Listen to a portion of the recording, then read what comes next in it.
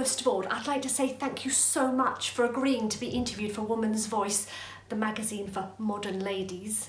Yes, that's quite all right. But do hurry it along. I have got places to be. I'm meeting my niece Isabella in the hotel bar.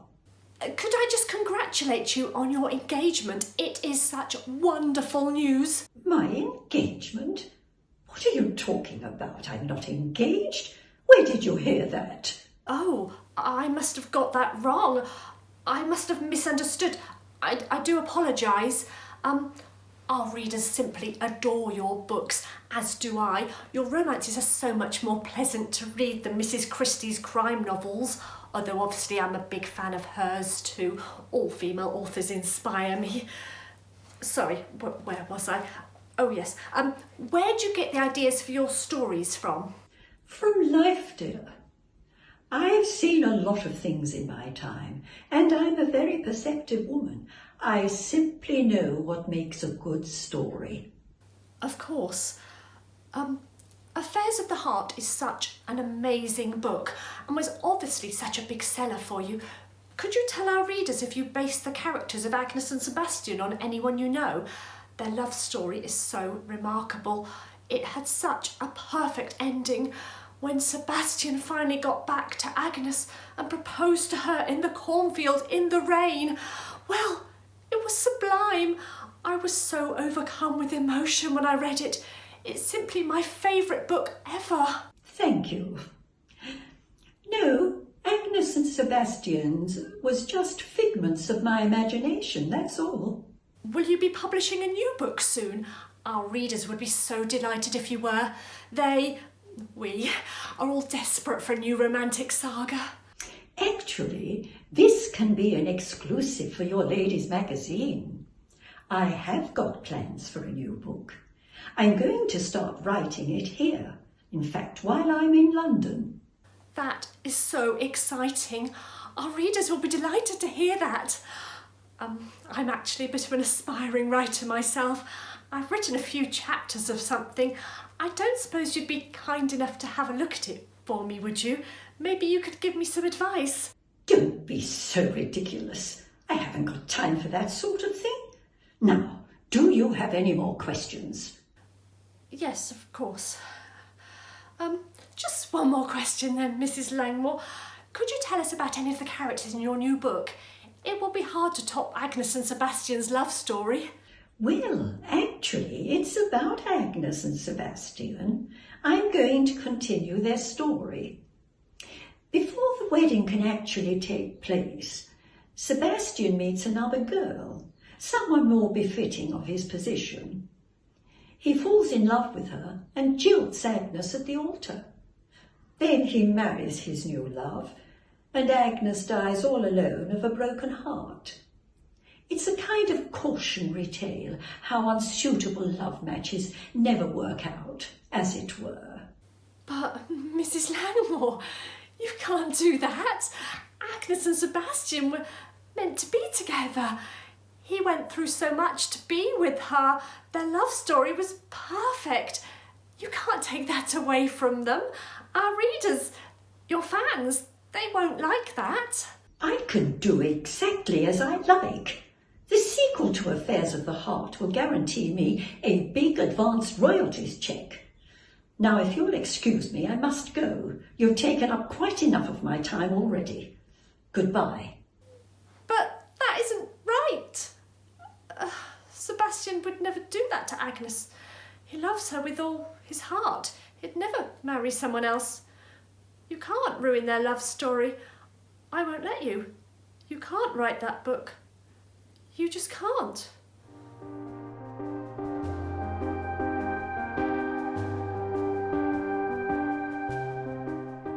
Oh, excuse me, miss. I didn't know you were in here. I did knock. I'll come back later to change the bed. Oh, that's all right. Come in, you might as well carry on. I'll be off in a tick. I'm meeting my aunt in the hotel bar. She wants to introduce me to her favourite cocktail. Apparently it's made with a Swiss pear liqueur that she insists the hotel gets in specially for her every time that she stays here. It all seems like a lot of palaver to me. I prefer a gin and tonic myself. Do you like cocktails? I've never had a cocktail, miss, but I'm sure they're lovely. Excuse me for asking, but is Mrs. Langmore your aunt? I saw you with her earlier. Oh, yes, she is. I'm Isabella Langmore. She's been my official guardian since my parents died last year. I live with her now as her companion. Oh, I'm an orphan too. My parents died when I was young. I don't remember them much at all. Isabella is such a pretty name. I'm just plain old Elsie. You sound like one of those girls in your aunt's books, you do. I suppose I do. I'm not very keen on Isabella myself, a bit too fussy for my liking. My aunt doesn't like to shorten names though, so here I am, Miss Isabella Langmore. I persuaded her to bring me to London to see the galleries. Next week we're off to Rome. Is that in Italy, miss? It's just that I heard Mr. Parker say Miss Langmore was travelling to Italy. Said the sooner the better, whatever he meant by that. I'd love to travel somewhere foreign, but I'm just a chambermaid and people like me don't get to do things like that. Elsie, just because you're a chambermaid, there's no reason why you can't better yourself. My mother was once a maid, and she married my father, a gentleman, when they were both just 18. I don't think my aunt really approved of their marriage. I'm very fortunate that she decided to look after me when they died, especially as she's always so busy. I don't mind though, it gives me lots of free time to do my own thing. I bet she's always writing. Oh, I love her books, I do. Affairs of the Heart is my favourite. Mrs. Taylor, the housekeeper, says that I shouldn't waste my time reading that sort of stuff. She likes that other lady, the one that writes about murders. Agatha Christie, you mean? Yes, I think I'd have to agree with your Mrs. Taylor. Her books are a lot better than the lovey-dovey stuff my aunt writes. I wish I was Agnes, swept off my feet by Sebastian. Their story was just so romantic. Do you have a sweetheart, miss? If you don't mind me asking, that is. No, I don't. My aunt wouldn't approve. Despite writing about young ladies falling in love, she doesn't believe that women should marry before they're 30. She says they should live their lives before being tied down by marriage. Pretty sensible advice, really.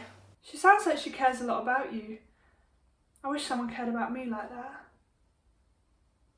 That's a very pretty necklace, miss. It's so sparkly. Looks just like a ring. Did it belong to your mother? Oh, yes, it belonged to my mother. Anyway, I'd better go down to the bar to meet my aunt. She'll wonder where I've got to. Elsie, you may be a maid, but you're as good as anyone else. Don't let anyone tell you differently. Thank you, miss. Enjoy your time in London. Thank you, Elsie. I'm sure I will.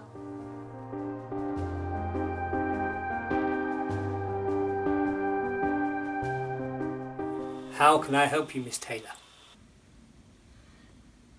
Any chance of a kiss? Margaret, keep your voice down. What if somebody hears? Well, if they did, it might make you do something about it. You've got to sort this out, Benjamin. This secrecy is tearing me apart. Margaret, I do love you. But you know, I'm in an impossible situation. I can't just divorce Maud. She's the innocent one in all of this. It's me that's the guilty party. And what would happen to my children? How can you say you love me when you obviously still care for her? When are we ever going to be together? Margaret, don't go getting all hysterical. If our affair comes to light, we'll both lose our jobs. Mr. Parker would never let the good name of the Dorchester be brought into ill repute. What would we do? How would we live? I don't imagine it'd be easy finding other jobs if we get dismissed from here. Well, you need to think of something. I want to be with you. I love you, Benjamin. I love you too. Shh! Someone's coming. Benjamin, be a darling and make me one of my special cocktails. I'm in severe need of a drink. Sorry, was I interrupting something? Oh, no, you weren't. I was just discussing some issues with Mr. Wilson. I must go. I have work to do. That's a shame, but it does mean I have Benjamin all to myself. Apparently, I'm the only person who ever orders a pomatini, and Benjamin knows exactly how I like it. He's such a nice man, isn't he? I could gobble him up. His wife is a very lucky woman, wouldn't you say? Oh, yes. Yes, she is. If you'll excuse me, I must go and see where the chambermaid has got to. Very good, dear. I'm supposed to be meeting my niece, Isabella, here. She's late, too. Oh, youngsters these days. They act as like they haven't got a care in the world.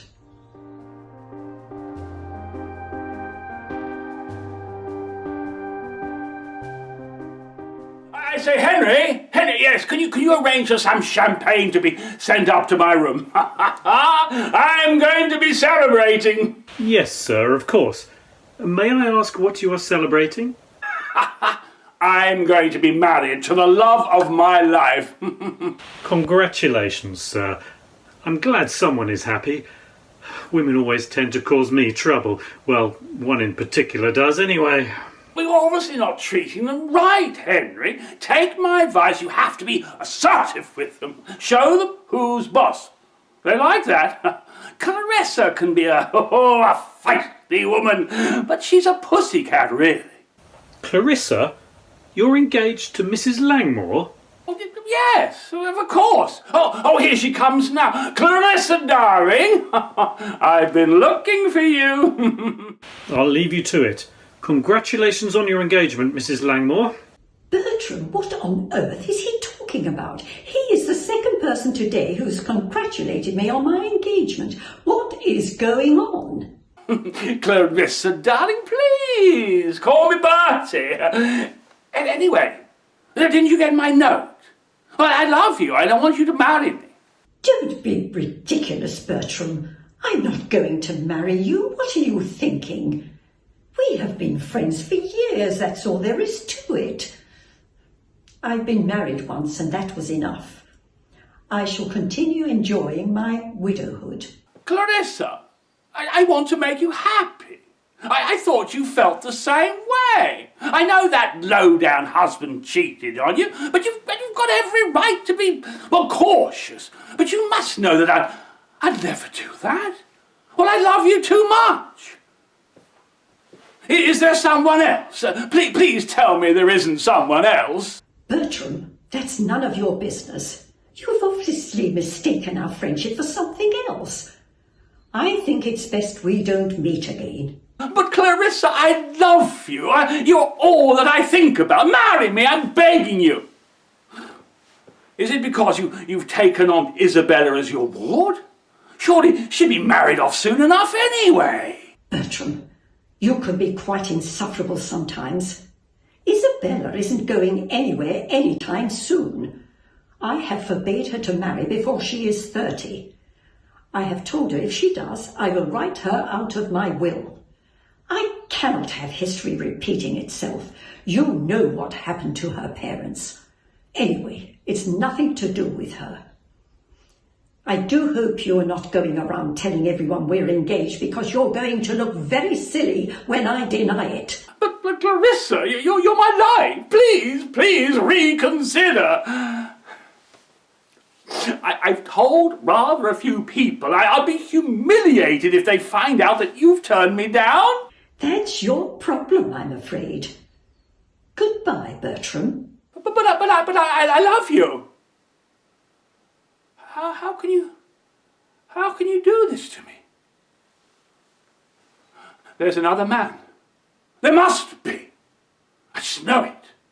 He won't take you away from me. You're mine. And if I can't have you, then nobody else will. I'll make sure of that.